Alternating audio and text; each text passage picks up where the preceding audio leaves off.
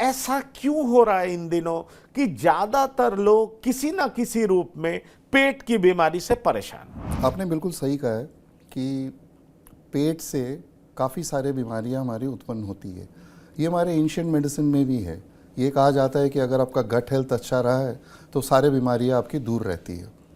आज अगर हम साइंस की बातें करें तो ये हम साइंटिफिकली प्रूव किए हैं दो कारणों के कारण। एक तो है हमारे पेट के अंदर बहुत सारे माइक्रोब्स हैं जिसको हम लोग गट माइक्रोबायोटा बोलते हैं।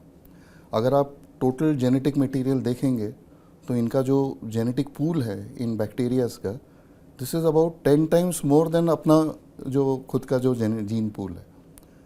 तो इन अ वे वो हमारे पैरासाइट्स नहीं है, हम एक्चुअली उनके पैरासाइट्स हैं। उनका जेनेटिक दबदबा हमसे ज़्यादा है।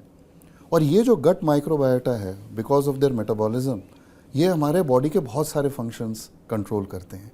एंड नॉट ओनली पेट की बीमारियाँ, आप आजकल वी हैव प्रूवन कि हमारे न्यूरोलॉजिकल प्रॉब्लम्स, हमारे कार्डियोवैस्कुलर प्रॉब्लम्स, कई तरह के कैंसर्स, ये एक्चुअली हमारे गट माइक्रोबायोटा के ऊपर काफ़ी डिपेंड करता है।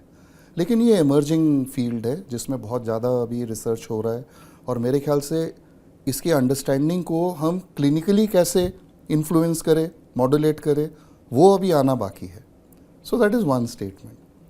दूसरा, आप बिल्कुल सही बता रहे कि अगर मैं अपना खुद का प्रैक्टिस देखो गैस्ट्रोएंटरोलॉजी का, आधे से ज़्यादा पेशेंट्स हमारे जो आते हैं वो बेसिकली वही सिम्टम्स लेके आते हैं जो आप बता रहे थे कि ब्लोटिंग, ऑल्टर्ड बाउल्स, या तो मेरा डायरिया होता है या कॉन्स्टिपेशन होता है या जलन होता है या ढकारें आती है, भूख नहीं लगना।